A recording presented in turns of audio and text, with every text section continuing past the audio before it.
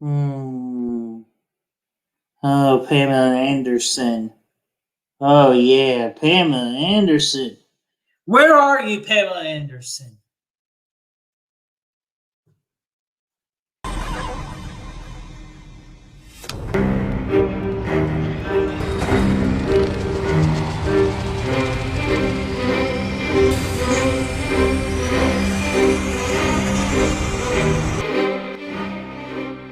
You want to know the only thing wrong with killing you, Bert?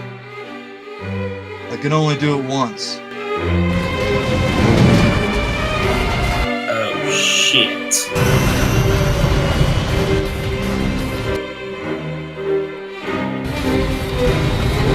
Nah! Woo! Man, I'm glad that was a dream. I haven't had a scary dream like that since Hornswoggle trying to be the leprechaun in that leprechaun movie. Woo! That was terrible. Man. Oh, great, it's you. What the fuck do you want? Well, Bert, I must say I'm a little disappointed in your performance in this last batch of movies. I was going to go ahead and let you go, but seeing how you fell asleep as Hornswoggle visited space, I don't think I can do that yet. So, I hope you didn't throw away those 3D glasses when you were done with Freddy's Dead, because you're going to need them for one of my personal favorites. Saw 3D, or Saw 7, or Saw the Final Chapter, it doesn't really matter. But oh yes, there will be some pink blood. No, why? Why does it have to be pink? Why can't it be red? When there's that much poison in your bloodstream, the only color it can be is pink. I guess. I don't know. You know what? Just play the damn movie. Have a good time, Bert. Goodbye. Try not to get stabbed by any spikes as they practically come out of the screen.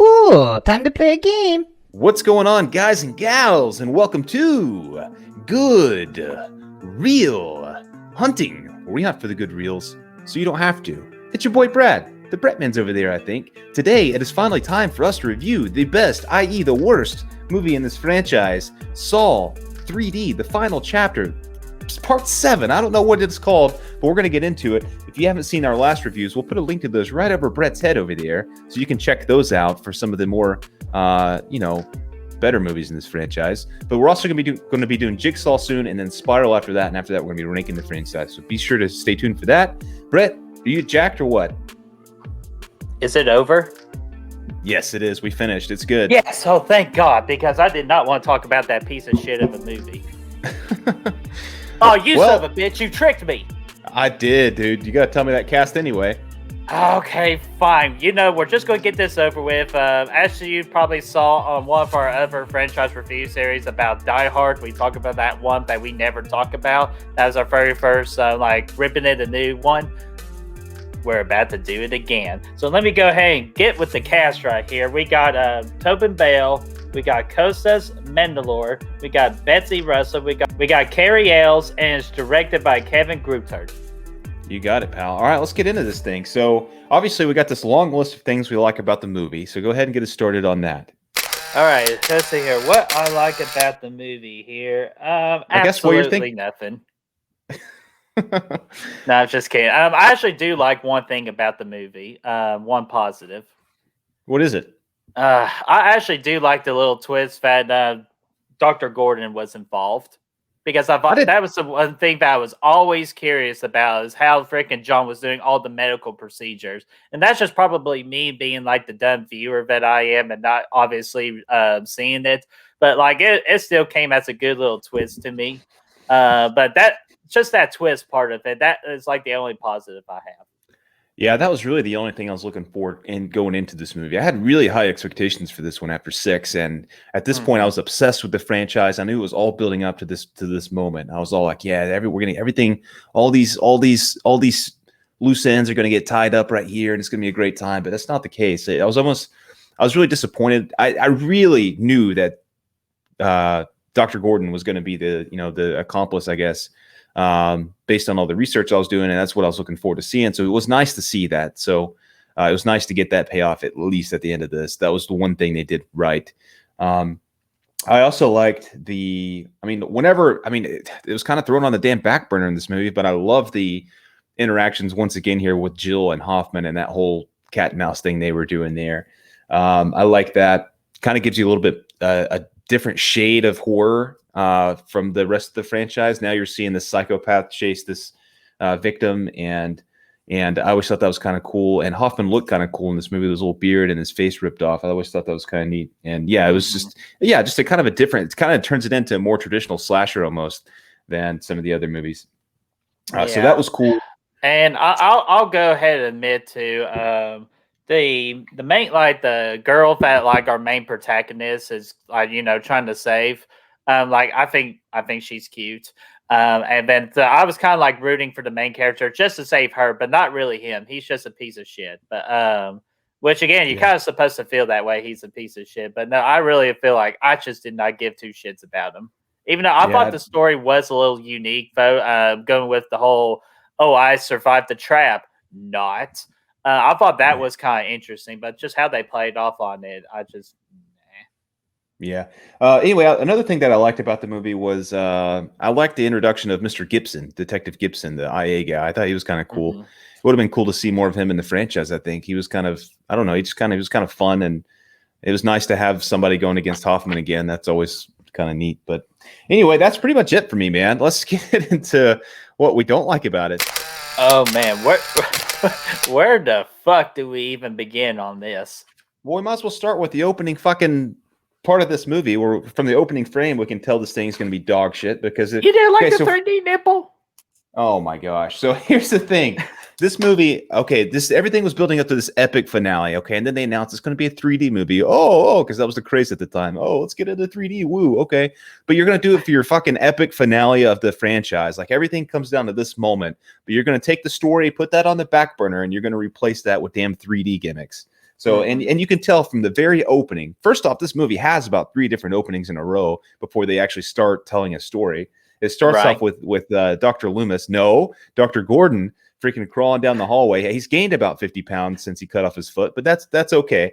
He's crawling down the damn hallway, and you can already tell he's got this pink-ass blood trail behind him. It looks awful. And then he comes around the corner, and he stares into the camera. It's a nice little 3D effect. You would have loved it if you've seen it in 3D. Not. And he's just staring into the camera like a weirdo, like just looking into it, like, what the fuck? And then he does the thing with his foot, and he cauterizes the wound, which I thought that was cool. But like, this whole thing, like, Gordon is your big twist in this, right? And from the opening frame of this movie, you're going to go ahead and let us know what happened to Gordon. So you're already kind of like, okay, this what's going on? He's been you're gone for lowering 7 the movies. Twist value. Exactly, dude. That's what pissed me off about it. Like, I liked the twist, that was the positive, but the big negative was just how they developed the twist and, like, just to hide it. Like, they didn't even try to fucking hide it. Like, they gave it to you right immediately at the beginning of the movie. Like, this, again, just me being a dumbass viewer, didn't see it the first time. The second time, I'm like, how the fuck did I miss this? Right. Yeah, it's right there. It's right at the beginning. So then it does that little sequence. Okay, cool. That goes away. And then we come into this new little game that's outside. And it's, you got this little glass.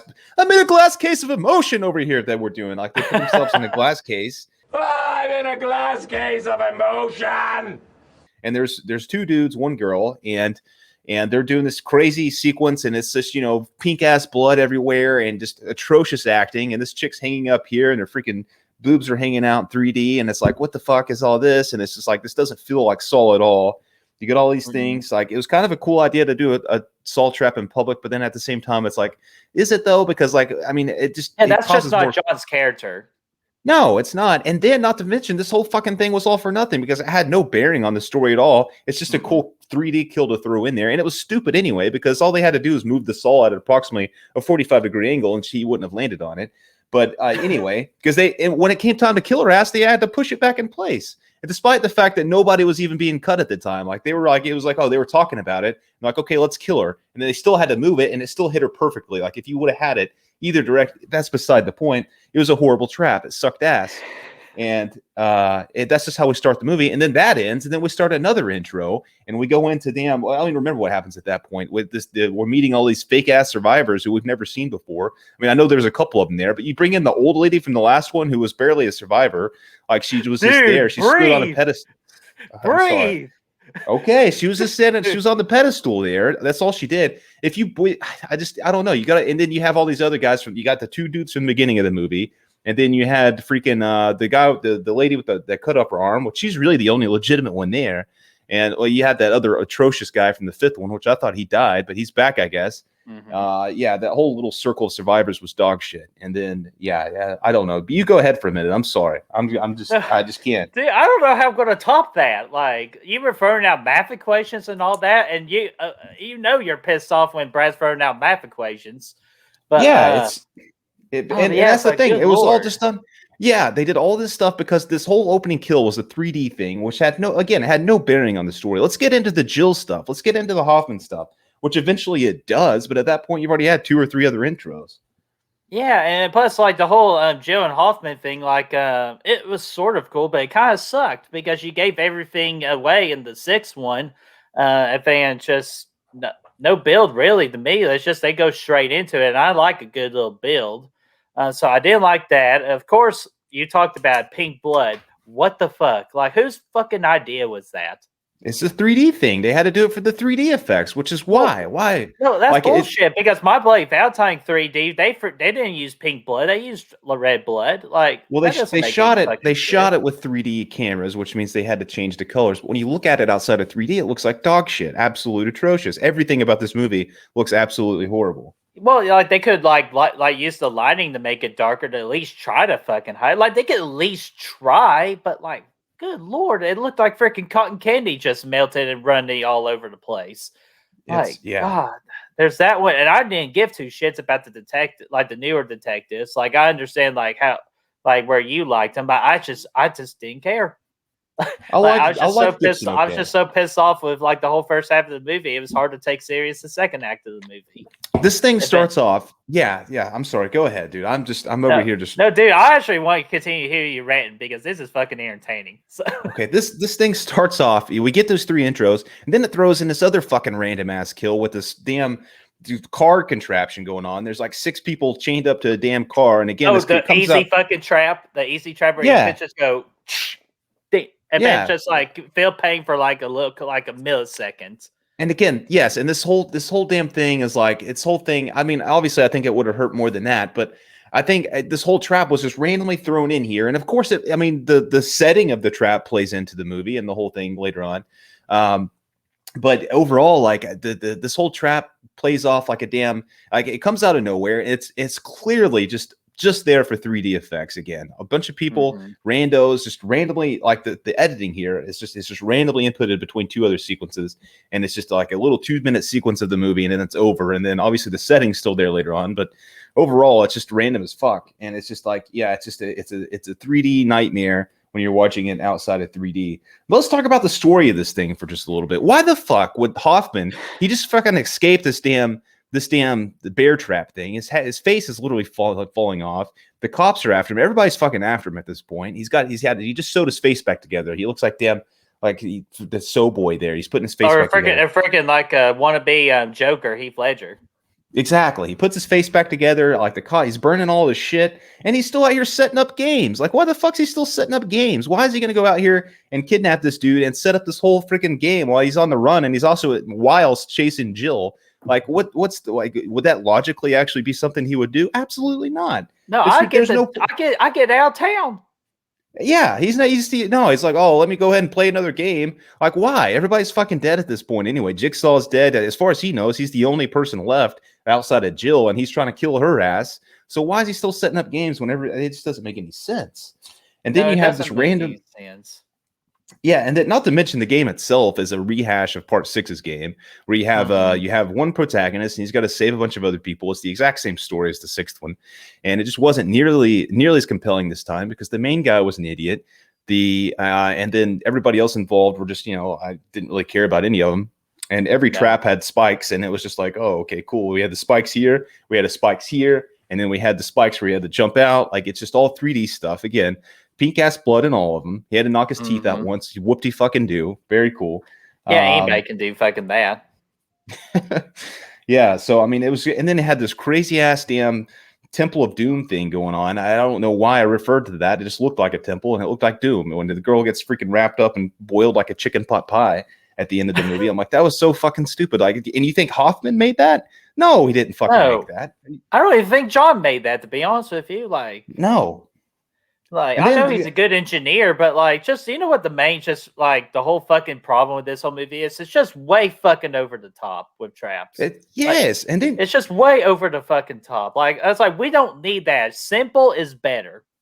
yeah, dude. And then you had this damn, look at this, man. You had this random ass dream sequence in there, which again was input into the middle of a whole bunch of other shit. Where Jill wakes up and she falls asleep. It's Nightmare on Elm Street all of a sudden, ladies and gentlemen. She falls asleep. She comes outside, this part was cool. It's a nice cinematography where she comes out.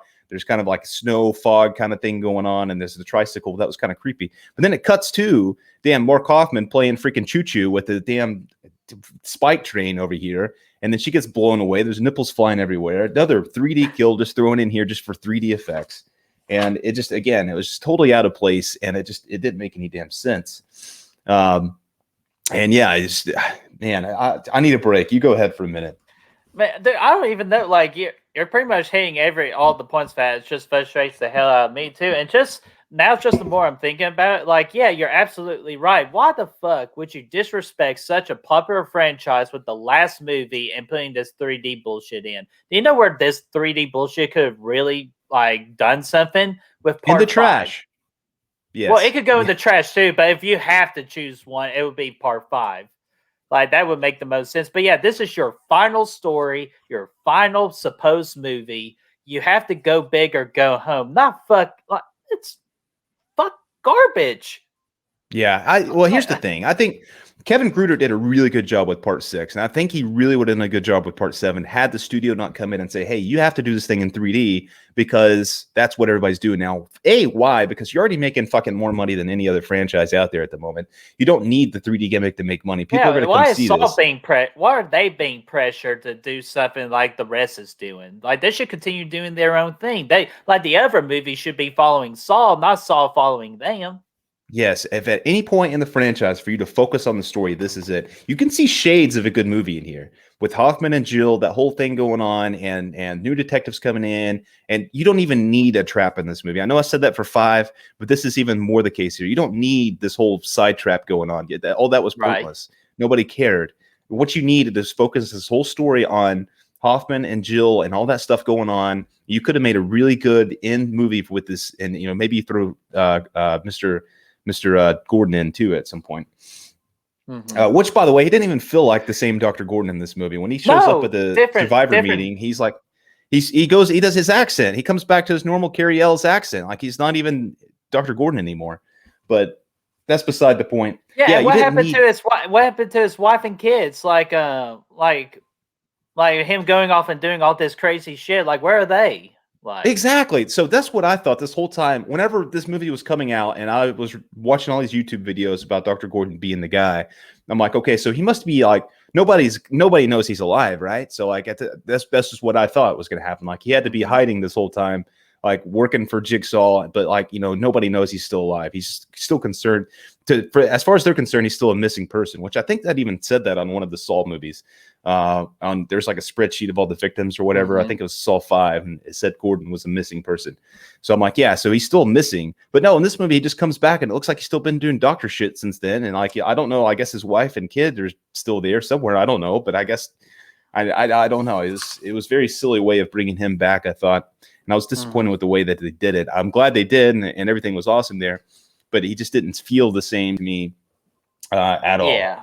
And then with frickin' Hoffman towards the end too, like, oh my god, do you know what I just thought of? The fucking machine gun. Yeah, dude, that thing was badass. You like that? No, it made no sense. I will say that I like that sequence, although it is a complete ripoff of Silence of the Lambs, where Hoffman freaking sets up the dead dude over there, and he dips out of there in the bag after creating the distraction. Like, it's a ripoff, but it was cool. I didn't see that coming really at the time. I like that. And I did like that we finally got to see the bear trap in action there at the end with Jill. That was kind of cool. Yeah, after 7 damn movies. Yeah, finally got to see that. That was pretty neat. Yeah, man. But overall, this thing just fucking, there's no making sense of the story. The story is completely all over the place. It should have been very confined, focus on Hoffman and wrapping up loose ends, but it just and Hoffman didn't get that satisfying ending, like the kill, like when he get killed at the end. Like, it's just, to me, that was rushed. Like, they didn't give him a proper death, in my opinion. This franchise, and he's not. Maybe he didn't even die. Who knows? It's left up. We'll see in Spiral. I don't know. Maybe. Oh, that's an interesting thought. But no, I'm sure he's rotted away in the air. But this whole franchise pretty much ends with Dr. Gordon chucking the saw out. No way. Yeah. 3D, and then he comes in and games over his ass. But I mean, it was. I don't know, man. This whole thing just doesn't make any sense. Doesn't make any sense at all. Man, yeah, Brad's going to need therapy after this. Yeah, here's the thing. I didn't know how fucking frustrated you are with this movie. So that's just it. Anybody had to watch this piece of shit. Well, that's just it. I don't think it's as bad as a lot of other movies out there. Like, this isn't Die Hard 5 bad. This isn't freaking Jason Takes Manhattan bad. I mean, it's Creepers 3. Seed of Chucky. It's not that bad, but to me, it's incredibly frustrating because it should have been one of the best movies in the franchise. Everything should have came up to this moment, and all the mysteries should have been done right in this movie. But instead of making a good movie, they focused on damn 3D gimmicks, and they totally ruined it. And that was 100% a studio thing that they did there, and it really fucked Kevin Gruder big time, because I really do think he would have done something good with this movie had he had complete control. Right. So and that's fair, and I feel like we did enough ranting on one of our rants. So do you want to at least, like, if you can try to figure out what the best trap in this atrocious movie is? Yeah, for me, I'm gonna go ahead and give it like as much rant. No, I'm gonna give it the bear trap. Finally seeing that in action. I think it's got to be that, because it was cool to see. It was fucking brutal, man. When Jill gets and it just splatters, like, that was a cool little sequence there. And I was gonna go with the car trap, but it was just so fucking random. I can't even give that thing any, like, it was dumb. I know you're gonna give it the machine gun though, yeah? No, I'm not giving it the machine gun. I was originally going to give it to the open one just because of the 3D nipple alone, but I don't think that's fair to do. So I'm going to go with the first bear trap as well. Yeah, I think it was cool to finally see that. It. Yeah, and he picks up the original one, dude. He has the new one. And he's like, no, I'm not using that. And he picks up the original one and he slaps that on. That was cool. I like that. And again, there's redeeming qualities. This isn't a movie that I absolutely fucking hate. Let's score the thing. You want to score it? Yeah, it's easy. Just because I did have that positive, I can't give it to my low as a low. So I'm giving this a 1 out of 5. Fuck this movie. I don't ever want to see it again. I'll like, when I do like rewatches of this franchise, I am totally going to skip this one. Interesting. So even after all that, I'm going to give it a higher score than the Birdman does. I'm going to give it a 1.5, just because I really do like some of the elements of it. I still have redeeming factors with it. I still have a good time with some of the Hoffman interactions and the Gibson interactions and the drill stuff. If you can look past all the other stuff going on with the main trap, like, it does a pretty good job of, keeping you entertained through some of it. Some of the stuff in the middle is okay. It's still atrocious and a huge disappointment. One of the biggest disappointments in all these franchises for me. But overall, I can still get through it if I'm doing a franchise watch. Yeah, so that is the channel's first ever Smith's Grove's security department.